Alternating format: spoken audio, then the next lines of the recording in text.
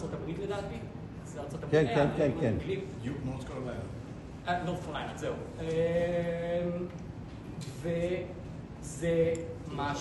וזה כמובן מה שהם מגלים. מה עוד היה לי להגיד על זה? כן, יש עוד דבר אחד ששווה לציין על הפסיפס שאני עוד לא ציינתי, וזה הדבר הזה.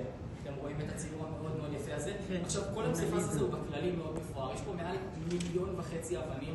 יש פה איזה, אני ספרתי 12 גוונים, אני לא יודע כמה עוד יש. 24. 24 זה המון, אוקיי? המון גוונים, פסיפס באמת, שמעתי אפילו במקומות מסוימים שאמרו יותר, אבל המון גוונים של הפסיפס הזה, ומכל זה בחרתי דווקא להתייחס ליצירה הזאת, טוענים שהייתה יצירה מקבילה לפה, ולמה אני רוצה להתייחס לזה? זו מתוארת בתור המונה ליזה של ציפורי. המונה ליזה של ציפורי לא פחות.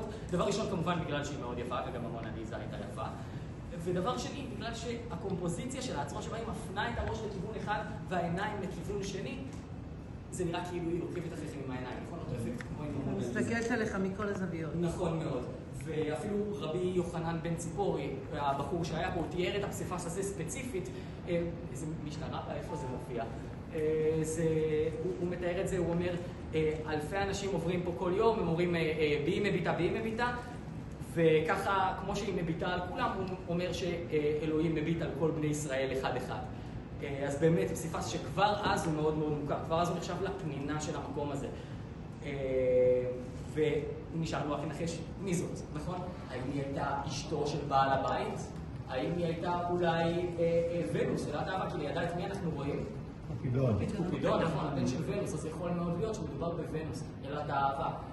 אולי זו הייתה פנטזיה שלו, אנחנו עוד לא יודעים, אנחנו באמת לא יודעים, פה הארכיאולוגים דווקא מסתייגים מלקבל החלטה חד משמעית.